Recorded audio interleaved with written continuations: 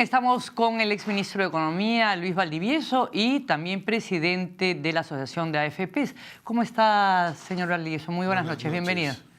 Bueno, ¿es un alivio, como ha dicho el congresista Hugatás, la derogación de esta ley? ¿O le parece una señal no de las mejores? Bueno, diríamos es una decisión del presidente, hay que respetarla. Lo importante es qué va a pasar con las personas que no tienen cobertura previsional. O sea, ahora regresamos a lo mismo que teníamos antes de la reforma. Entonces tenemos 12 millones de personas en el Perú, de 16 que están en la población económicamente activa, que hay que pensar qué es lo que van a tener de cobertura cuando lleguen a la vejez. Ahora, son más de 80.000 los que se afiliaron, los independientes que cotizaron a la AFP, y esto suma 80 millones de soles, 8 millones y medio, perdón, de soles. ¿Esto era auspicioso? ¿Era una cifra que estaba por encima de lo esperado o era más bien una cifra baja? Bueno, lo que tenemos estimado nosotros preliminarmente excede ese número. O sea, probablemente, ¿Excede qué? En los 8 millones, diríamos, ¿Más? probablemente va a ser más. ¿Más? ¿Cuánto podría ser? ¿El doble? Sí, podría ser 15 millones más o menos. 15 millones de soles lo que han aportado. Entonces, y corresponde a más de 80.000. Claro, entonces, o sea, efectivamente. Pero yo creo que lo importante aquí es, primero, que se ha dado una ley, hay que respetarla. Segundo, hay que ver la mecánica de devolución, que es lo que tiene que determinar la Superintendencia de Banca.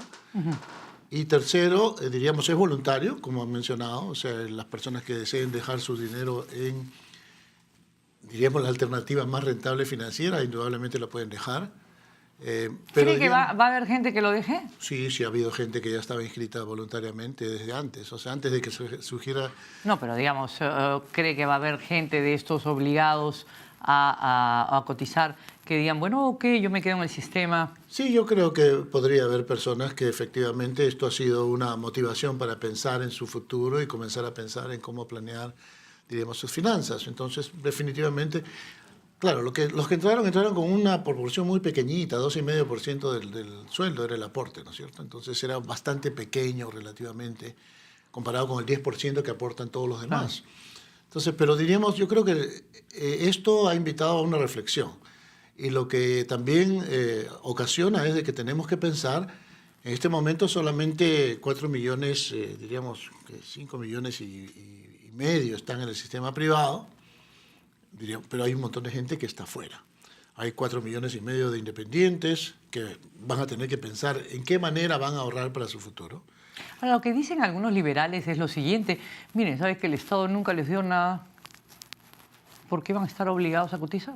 Bueno, lo que pasa es que el Estado debería de haber previsto, diríamos, una ley previsional, una reforma previsional que dé, diríamos, indicaciones claras de que la gente tiene que ahorrar. Cada día vivimos más. ¿Era una ley justa o era una ley injusta?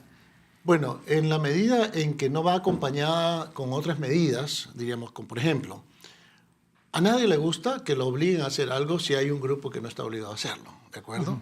Si mañana yo digo, vamos a subir el impuesto a la renta, y tú dices, un momentito, pero ¿por qué me castigas a mí? ¿Por qué tienes muchas personas que no pagan? Muy distinto sería si yo te digo, bueno, tengo que subir el impuesto a renta porque tenemos necesidades que cubrir en el Estado, tenemos que dar servicios públicos, pero al mismo tiempo te presento esta lucha contra la evasión.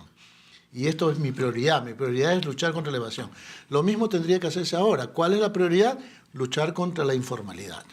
O sea, y buscar mecanismos que permitan que la gente ahorre de manera en que le rinda lo máximo para su futuro. Y en este momento, el sistema privado de pensiones es el que más ha rendido, más que una CTS, más que, diría, un depósito a plazo en los bancos. Eso que usted llama rinda, para alguna gente, no sé, mucha gente piensa pues que el dinero puede caer de los mangos, pero digamos, tener una pensión de 300 soles, 400 soles, 500 soles, le parece indigno, como que lo es, ¿no? Pero bueno, eso corresponde al dinero que han cotizado, ¿de acuerdo? Exacto. Eso es una regla matemática, pero ¿no hay que revisar otras maneras, como por ejemplo dijo el congresista Lescano, de facilitarles compra de casa? Un poco difícil, pero digamos, ¿hay alguna manera más creativa de garantizar una pensión que no sea pues tan pobretona, ¿no? Bueno, vamos a comenzar por partes. Las pensiones, efectivamente, de los que se han jubilado del sistema privado, hay un 1% de los 130.000 que se han jubilado, un 1% que tiene pensiones menores de 100 soles. ¿Pero por qué se han quedado con esa pensión? Porque con 4% sobre esos 100 soles tiene acceso a esa salud. No es casualidad. No es solamente que hayan ahorrado poco, sino que cuando tú tienes 5.800 soles en tu cuenta, te los puedes llevar, puedes decirle a la AFP, dame una pensión de 150 hasta que se acabe, o dame una pensión mucho más bajita hasta que me muera, pero con esos 4% sobre eso que me das, 10 soles, con 4 soles, ¿no? O sea, yo tengo, o sea, me das 10 soles con 40 centavos, yo voy a salud y me dan servicio médico. Esa es la razón. Tienes un 25% que está por debajo de 400 soles. Esa gente no hubiera tenido pensión en el sistema público. Y es porque ahorraron muy poco. El 75% tiene 1.240 soles en promedio, que son 4 veces la pensión que se recibe en el sistema público. Entonces, el sistema, para los que están adentro, en el sistema ha rendido y eso que no hay ningún jubilado del sistema privado que haya entrado a los 25 años, porque el sistema tiene 20 años. O sea que los jóvenes que entraron en el 93, hoy día tienen unos fondos sustantivos y van a seguir creciendo hasta que lleguen a los 65.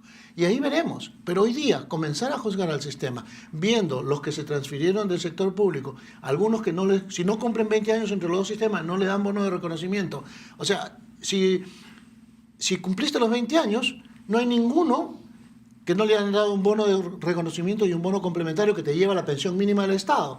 Entonces, hay mucha falta de información respecto a cómo funciona el sistema. Sin embargo, y miren, el Congreso de la República, las fuerzas políticas, casi mayoritariamente, incluido un grupo como el Fujimorista, que fue el que instauró las AFP, sostienen que tiene que haber una reforma de las AFPs, una reforma del sistema de la ONP, una reforma total. ¿Ustedes cómo tomarían esto si se comienza a discutir en el Congreso una situación de este tipo y crearía inestabilidad o no crearía inestabilidad? Bueno, sí, depende cómo lo organices. Si es un diálogo estructurado y profesional con un apoyo técnico necesario, por supuesto que bienvenida a la discusión.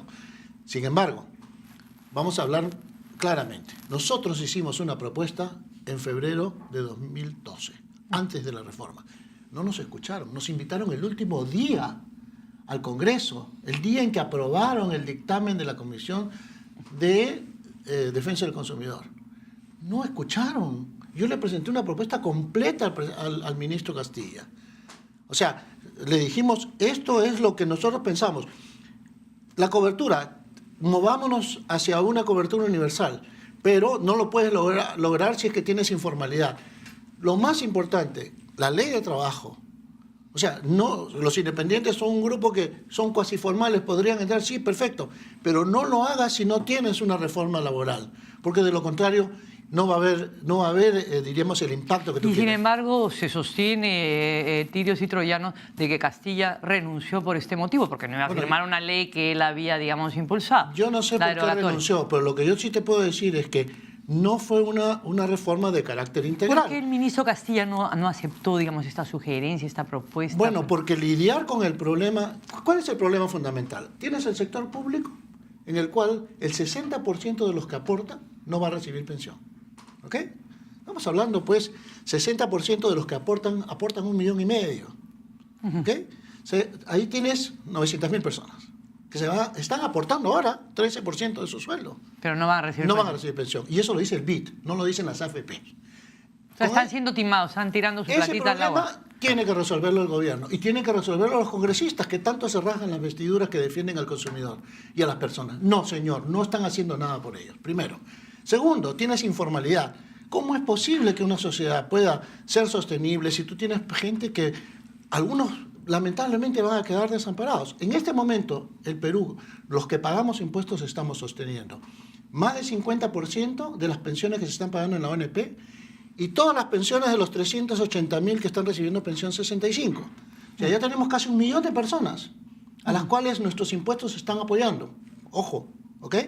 Y hay muchos mayores de 65 que están o viviendo con sus familias, apoyados por su familia o por sus ahorros que tuvieron o de alguna otra forma.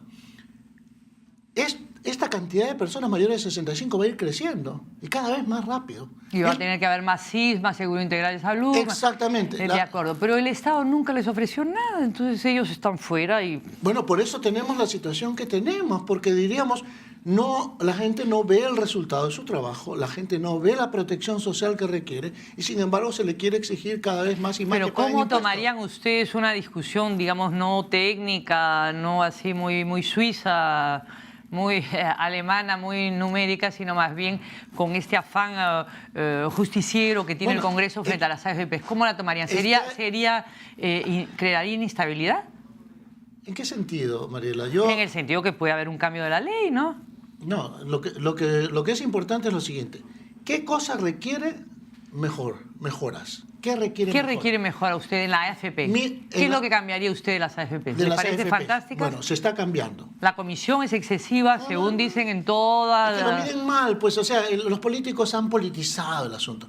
Mira, el sistema privado de pensiones tiene 4 beneficios clarísimos. Ya, pero ¿qué cambiaría? No me hable de las bondades. ¿Qué cambiaría usted dentro de su interior, de usted mismo, como usted medio diga, caramba, esto no está... Bueno, hay cosas que cambiar. En primer lugar, acercamiento al afiliado. Hay desconfianza porque el afiliado, primero, necesita un asesoramiento mucho más cercano. Ya, ok. Segundo. Eso es muy importante. Segundo, se está cambiando en este momento, todavía no se ha terminado de cambiar, el régimen de inversiones. Muy importante. ¿Por qué? Porque... Pero nada forma parte de las AFP, o sea, de la estructura de las AFP, comisiones, cobros, eso no. Momentito. Yeah.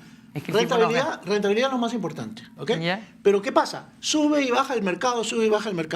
El administrador de fondos tiene que ser capaz de reducir esas variaciones, porque si no la gente se asusta.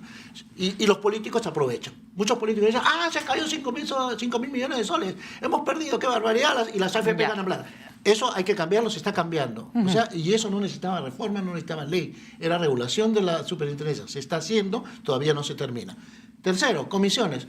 Que las comisiones más altas de América Latina, no sé qué. No, señor, están bajando. Las comisiones son reflejo de una situación de economías de escala. Si tú vas a Chile tiene el costo, diríamos, la recaudación por comisiones con el fondo que administra es menos de 1%. Perú está ligeramente alrededor de 1%, un poquito por encima. República Dominicana está por 3%, México está por encima de Perú, Colombia está por encima de Perú. ¿Dónde está la evidencia? ¿Cuánto ha bajado la comisión? Desde el año 2000 hasta ahora ha bajado 34%. Después de la licitación bajó solo a 8%, todo lo demás... La licitación para Hábitat no fue una cosa adecuada para usted, no fue una cosa, digamos, que dinamizó... No, la licitación tuvo como resultado que se reduzcan las comisiones en 8%.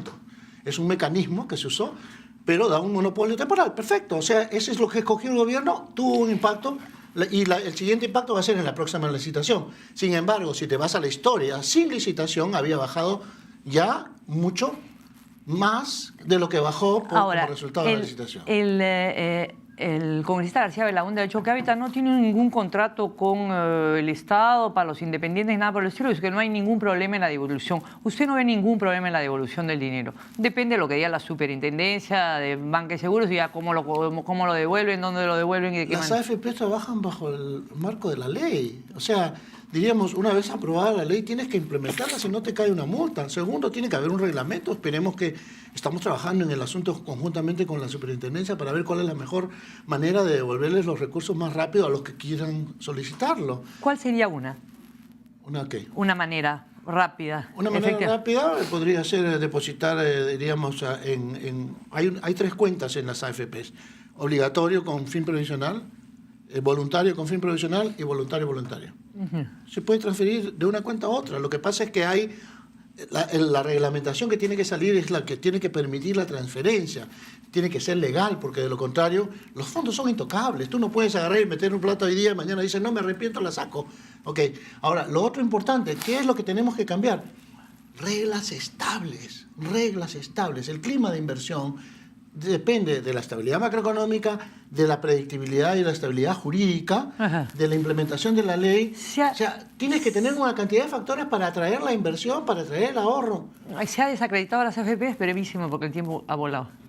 Bueno, se han desacreditado, diríamos, las han tratado de satanizar y diríamos, han pedido espacios y lo han hecho político, cuando en realidad, y lo han hecho a base de muchas cosas que son o mentiras o medias verdades, imprecisiones. O sea, la gente la han asustado. O sea, no puede ser posible. Y se esto. asustó el gobierno también. Bueno, no, lo que pasa es que el gobierno indudablemente ha escuchado el clamor popular. Perfecto. O sea, tiene todo el derecho de cambiarlo. La pregunta es, ¿qué va a hacer el gobierno? Y esto no depende de las AFPs, para lidiar con los 12 millones de Bien. personas que no van a tener cobertura profesional, que es una preocupación grande. Y la solución tiene que ser que esas personas, cualquiera sea la forma, tienen que ir al lugar donde sus ahorros rindan más. Bien. Y no donde entren y no saben lo que va a pasar con sus ahorros. Muchas gracias, señor Luis Valdivieso, por acompañarnos. Muy Muchas buenas noches. gracias por la invitación. Gusto verte.